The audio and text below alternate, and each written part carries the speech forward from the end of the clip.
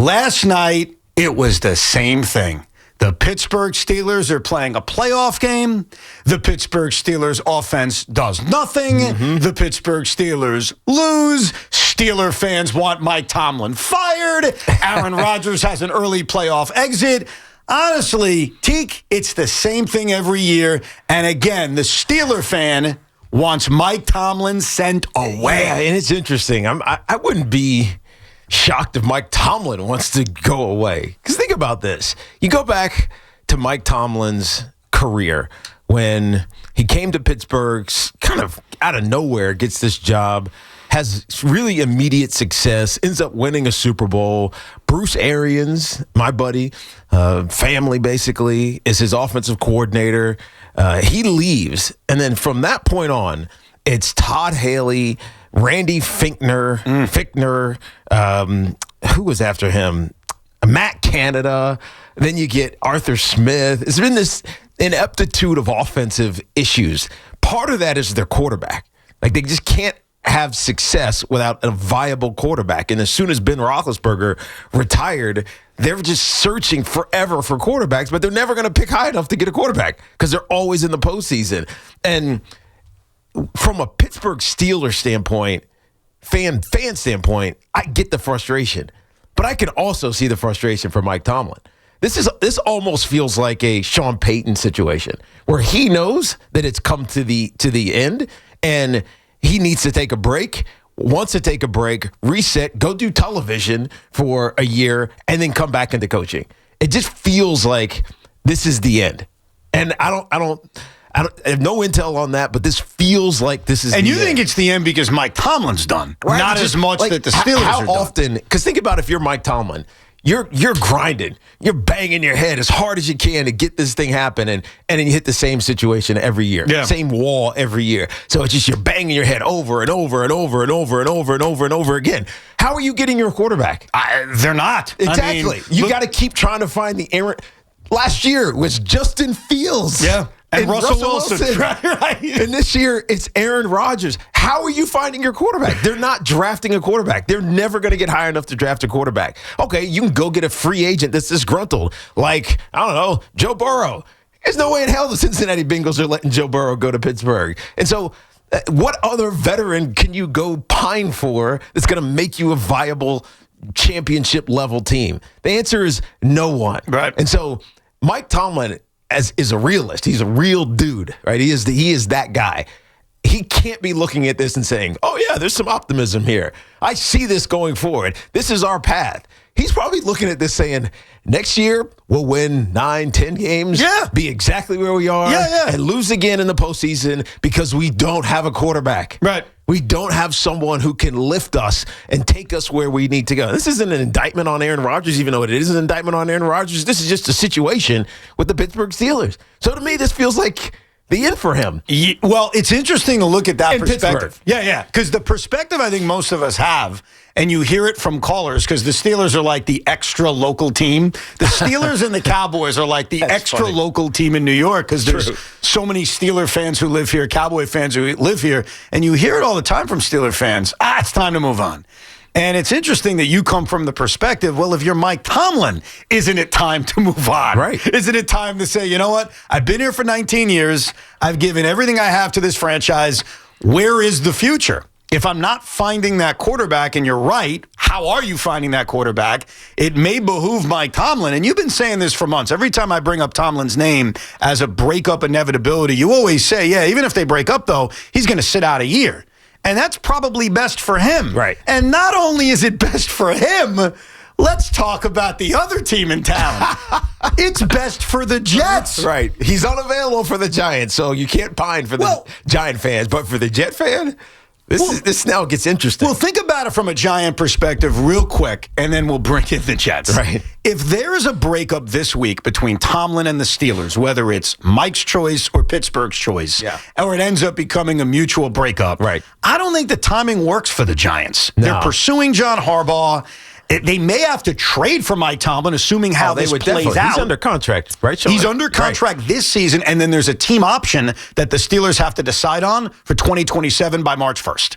So Pittsburgh has to make a decision on Tomlin, not for this next year, right, but for the year after. And you're right. If Tomlin goes to ownership and says, hey, look, I'm done, the Steelers could play hardball and say, no, you're not. You're under contract. Right. So I think the timing for the Giants just makes it a real challenge. Doesn't make sense. As much as I get why a Giant fan would say, hey, I prefer Mike Tomlin over John Harbaugh.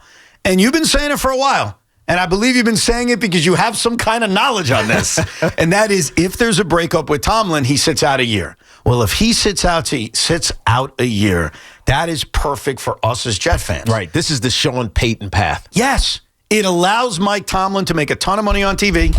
It allows Aaron Glenn to get another year, and we'll see what happens. If Aaron Glenn has a great year next year, fine. We're not talking about Mike Tomlin. But if Aaron Glenn has the likely disastrous year 2, where they go 3-14, all of a sudden, Mike Tomlin comes in, he cleans house, he changes the culture, Woody gives him $30 million a year, and it's perfect. Right. And we can reignite the Tomlin-Harbaugh wars in New York, the Battle of MetLife Stadium. 2027 they play. They do. So I think if there is a breakup, that is actually perfect for the other team because it allows him to sit around, watch, enhance his value, and gives the Jets a chance a year from now to possibly improve on their head coach. Because just like Bill Cowher, when Bill Cowher retired, it was for very different reasons. Obviously, we all know this because his wife was ill.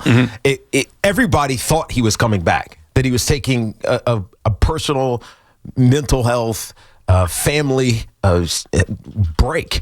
And for the next decade, it wasn't like 2 or 3 years. It was like a decade in the pining for Bill Cowher, who went to TV and has been there now for 19 years? Yeah. Because he's been there as long as Mike Tomlin's been the head coach of the Pittsburgh Steelers.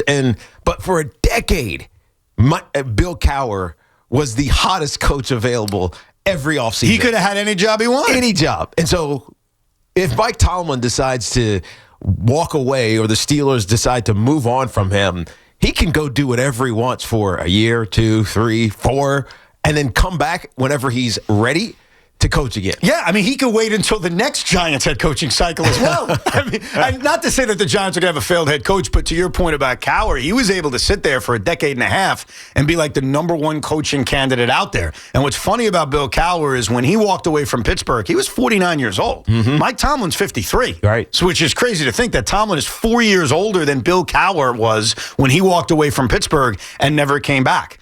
I think the breakup's inevitable, and I have felt that way for months. I didn't know how it would end. I just knew it wouldn't end with a championship. Yeah. Like I didn't know if they were going to make the playoffs or not. I think I had predicted that they wouldn't. His streak of finishing above 500 would finally end. But you watched last night's game, and I got to tell you, even though it was low scoring and C.J. Stroud fumbled the football about 18 times and the Texans should have won this game 55-3, I found last night's game so wildly entertaining. Really? I did. How come? Because of the ineptitude of Aaron Rodgers? It was yes. I mean, it felt like he had no idea where to throw the football. Yes. It was miscommunication all the time. He's yelling at everybody. Every single snap, it felt like somebody was on the wrong page. And to defend him a little bit, because I'm being honest, how did the Pittsburgh Steelers run game look on first down? I mean, they were basically 2nd and 12 every single time. Yes. Whether it's Kenneth Gainwell getting picked off for a 2-yard loss or what have you. So it wasn't just Aaron Rodgers, but watching the dominance of the Texans defense, I found that to be fun to watch. That's number 1. Number 2, all the mistakes C.J. Stroud made as the Texans are marching down the field at will, and then Pittsburgh never being able to take advantage of it. You know, we talk about turnovers. The first C.J. Stroud turnover, Steelers get the football at their own 44-yard line, 3 and out. Right. The second time they get the ball, this was probably the best exhibition of great defense. They got it on the Texan 21-yard line, and the Steelers had a 7-play, 2-yard drive that led to a field goal. And then finally, the last CJ turnover, which was so brutal because it was in the red zone, they got the ball at their own 4-yard line. They got 1 first down and had to punt again. So they were unable to take advantage of all the Texan mistakes. So the game was close. It was entertaining. And then when the Texans blew it open in the fourth quarter, as Aaron Rodgers is getting strip sacked and pick sixes, yeah, I have to admit, I found some joy in watching Aaron Rodgers struggle. If I'm not going to have success, I want everyone else to fail. You are such a hypocrite and such Why? a piece of work. Forget Why? the Rodgers stuff for a second. That game last night was a lot like a wedding after party. All week you're like, you know what, I'm looking forward to this. And then you get there and you're tired and it sucks and it's not that good. Oh, to completely disagree. And you know why, Evan? Why? Because you fought with me during Cinco de Lunch show yesterday that Bears-Packers wasn't the best game of the week and it was Jags-Bears. And you said, well, I remember Saturday I watched all these games. It was the best way to watch it. You were a part of this in real time last night. Now you're overinflating the playoff moment. It was the worst game, most boring game of the weekend. It was a terrible game. Why? Because the Texans played brilliant defense? No, and it made the Steelers look incompetent? Because it felt, even though it was 7-6 at halftime. And it was 10-6 in the fourth quarter. 10-6 in the fourth quarter, it felt uncompetitive. Correct. Not all 10-6s are created equal. That's right. No, The Steelers felt inept on offense. No, I agree because think about, and I just gave you the examples of what they did with Texan turnovers. They were unable to take advantage of it. They could never move the football. They were set up in third and longs constantly, which is why they were 2 for 12 on third down or whatever they were. But it was still a close game. And I still found the struggles of Aaron Rodgers, especially when he yells at people. I found it incredibly entertaining. Right. Now, does this give me the ultimate joy as a Jet fan that Aaron Rodgers failed? Not the ultimate joy. But last night when I'm sitting there watching a football game, yeah, I didn't mind that he failed because I know if he didn't fail and he played well and the Steelers won last night, I wouldn't hear the end of it. I wouldn't hear the end of it from Sean. I wouldn't hear the end of it of LOL Jets. So while I don't get any victory out of Rodgers failing, I can't tell you I didn't enjoy it last night. Yeah, it just feels like, you're done. Yeah. You don't get to walk off into the sunset, Aaron Rodgers. And I also think like the speculation around Rodgers and Tomlin is also fascinating. You know, you mentioned that Tomlin. In what way? Because whatever Mike decides to do, the question is now, what does Aaron Rodgers decide to do? See, the Rodgers thing is more whatever. Like, he'll retire, he won't retire, he's not going to let us know for 3 months. Mike Tomlin's one of the best coaches on the planet. Yeah.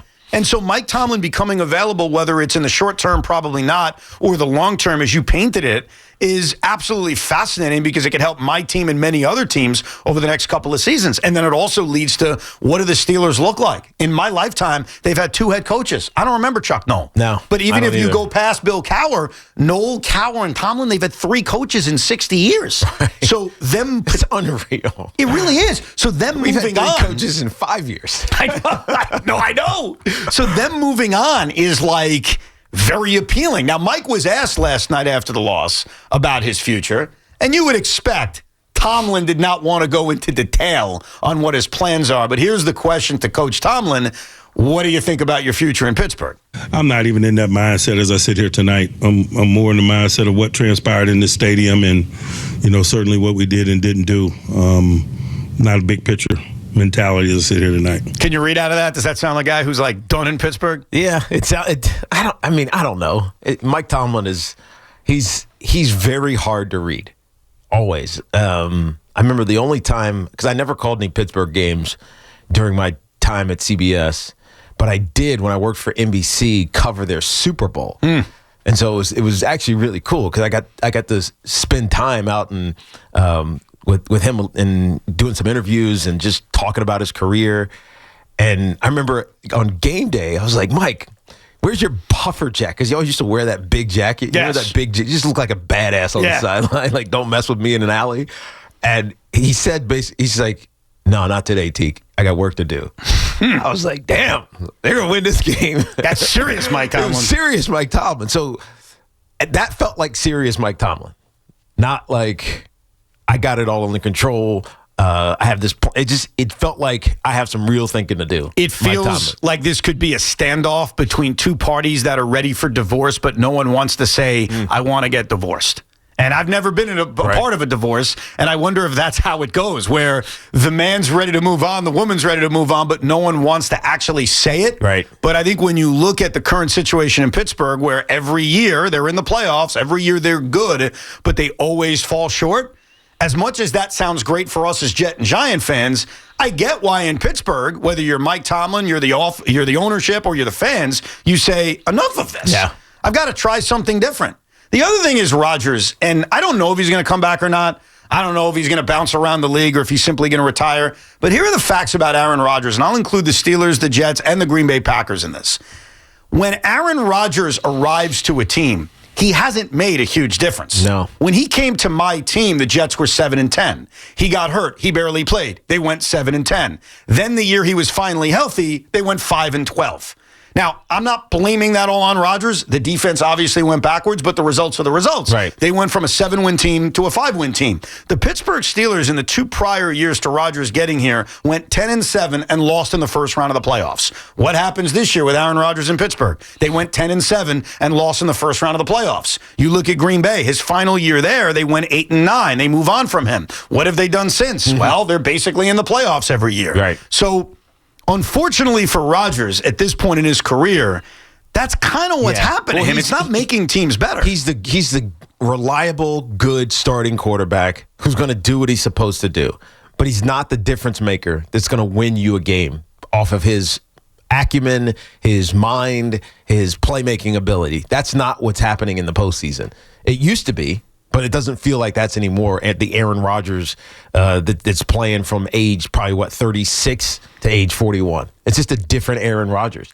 Part of it's health.